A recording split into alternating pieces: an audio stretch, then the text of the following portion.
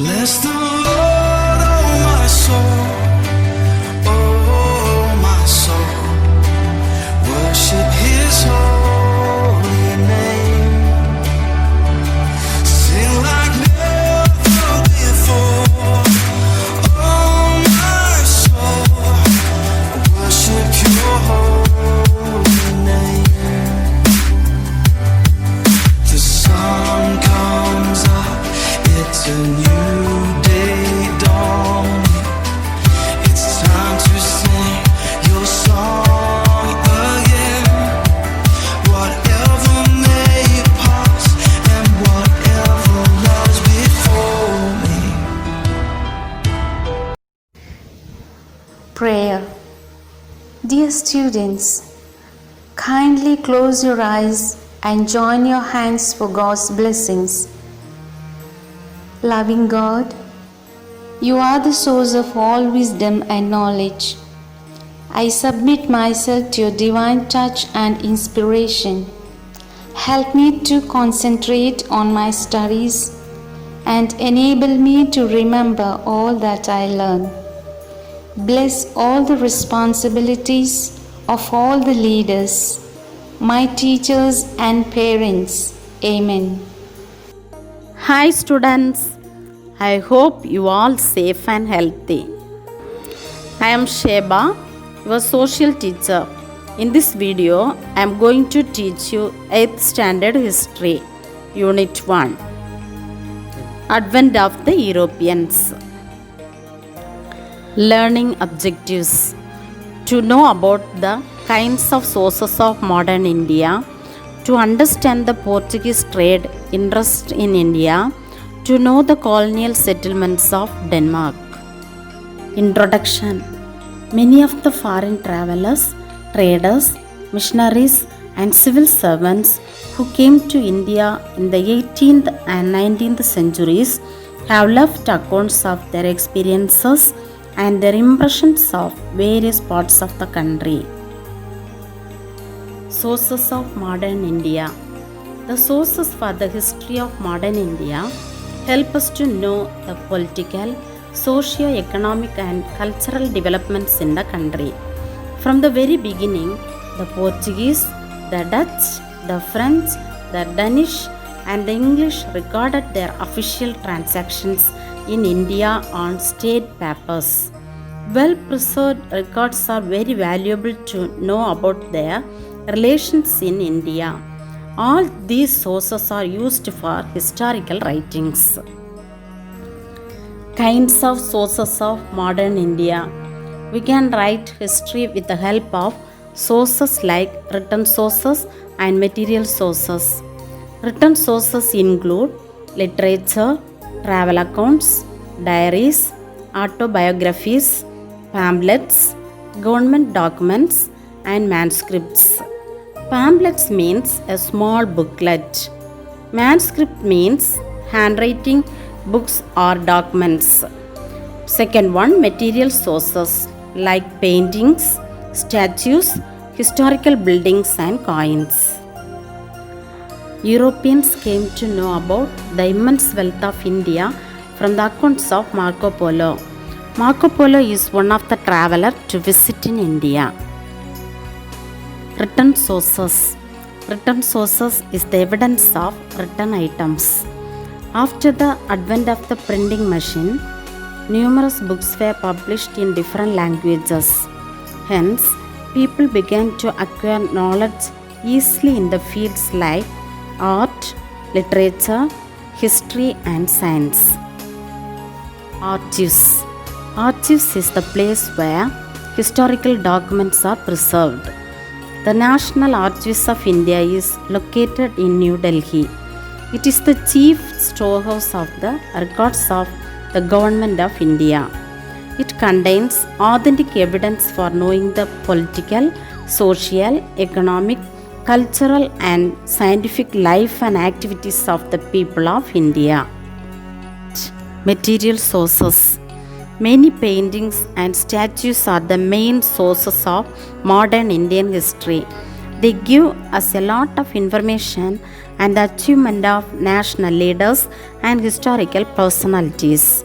Historical buildings like St. Francis Church at Cochin, St. Louis Fort at Pondicherry, St. George Fort in Madras, St. David Fort in Kadalur, India Gate, Parliament House, President House in New Delhi are the different styles and techniques of Indian architecture. The National Museum in Delhi is the largest museum in India, which was established in 1949. One of the important material sources is coins. Coins are a good source to know about administrative history. The first coinage in modern India under the crown was issued in 1862. The Reserve Bank of India was formally set up in 1935 and was empowered to issue Government of India notes. The first paper currency issued by RBI in January 1938 was 5 rupee notes bearing the portrait of King George VI. In ancient time, there was trade and commerce relationship between India and Europe. There was a great demand for Indian spices like pepper, cardamom, ginger, and many other spices in Europe.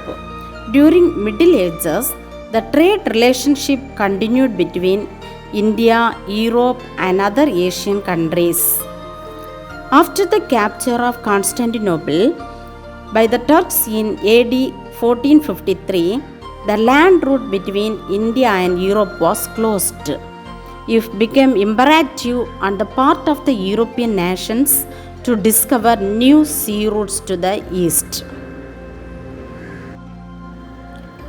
Portugal. The first European who came to India is Portugal. Portugal was the first to discover a sea route to India. Prince Henry, who is commonly known as the Navigator, he started the school of navigation and encouraged his countrymen to take up the adventurous life of exploring the unknown region of the world. Bartholomew Dias. He was a Portuguese sailor, reached the southernmost point of Africa in 1487. He was patronized by the King John II. Vasco da Gama. Vasco da Gama, another Portuguese sailor, reached the southernmost point of Africa.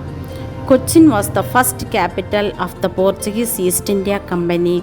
The third voyage of Vasco da Gama was in 1524. He soon fell ill and in December 1524 he died in Cochin. Francisco de Almeida.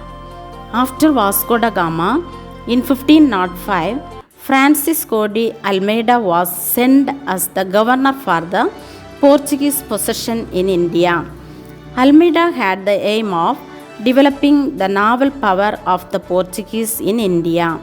He implemented blue water policy in order to establish the supremacy over the sea instead of supremacy over the land. Alfonso de Albuquerque. The real founder of the Portuguese power in India was Alfonso de Albuquerque. He captured Goa from the Sultan of Bijapur in November 1510. He maintained friendly relations with Vijayanagar Empire. The Dutch are from Holland, which also called as Netherlands. After their arrival in India, the Dutch founded their first factory in Masulipatam in 1605. This company captured Ambaina from the Portuguese in 1605 and established its supremacy in the Spice Islands. The most important Indian commodities traded by the Dutch were silk, cotton, indigo, rice and opium. The important factories in India were Pulicat, Surat, Chinsura, Kasimbasa, Patna, Nagapatnam, Balasore and Cochin. The Dutch lost their settlements one by one to the English and was completely wiped out by the year 1795.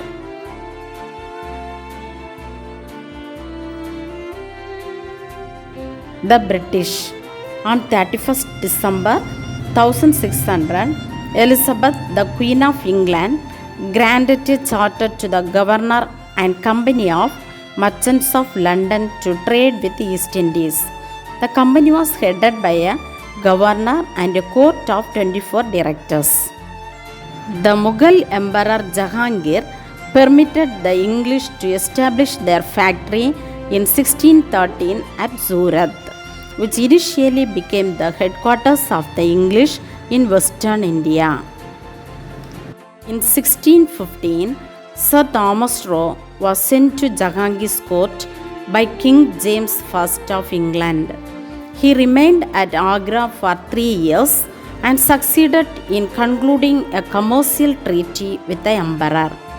Before the departure of Sir Thomas Roe, the English had established their trading centers at Surat, Agra, Ahmedabad and Bhuj.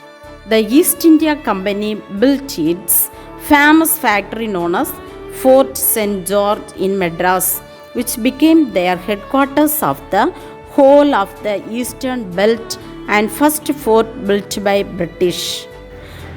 King Charles II of England received the island of Bombay as a part of his dowry from the Portuguese king on the occasion of his marriage with Catherine. In 1668, the East India Company acquired the island at an annual rent of £10 from Charles II. Fort William at Calcutta. The zamindari of the 3 villages of Sadanudi, Calcutta and Govindpur was acquired by the British in 1698. These villages later grew into the city of Calcutta. The factory at Sadanudi was fortified in 1696 and this new fortified settlement was named as Fort William in 1700. Presidency centers. The 3 presidency centers are Madras, Bombay, Calcutta. Danish. On March 17, 1616, the King of Denmark, Christian IV, issued a charter and created a Danish East India Company. They established settlement at Tranquebar in 1620 and Serambur in 1676. Serambur was their headquarters in India. They failed to strengthen themselves in India and they sold all their settlements in India to the British in 1845. The French. The French East India Company was formed in 1664 by Colbert, a minister of King Louis XIV. France was the last European country to come India as traders. In 1673, the settlement of Pondicherry was founded by Martin under a grant from Shergan Lodi, the ruler of Bijapur. Pondicherry became the most important and prosperous French settlement in India.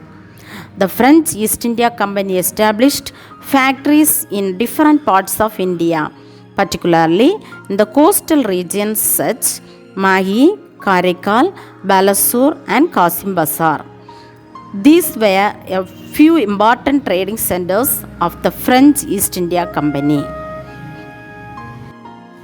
Dupleix. Dupleix could arrived in Pondicherry as a Governor General of French. He had a high ambition of establishing French and its major power in South India.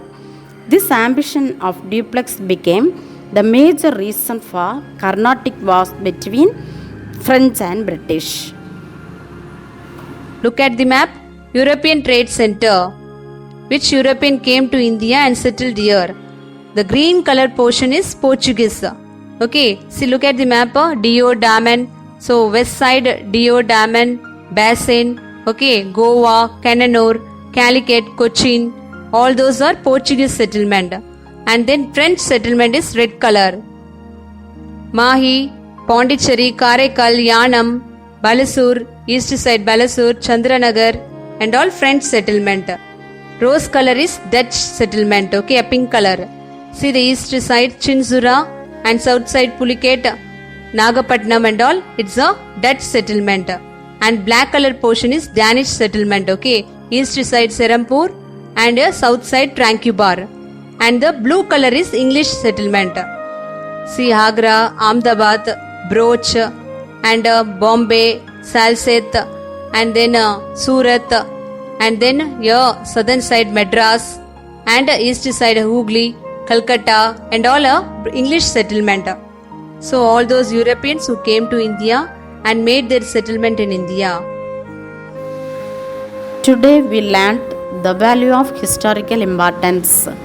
Thank you, children. We meet in next class.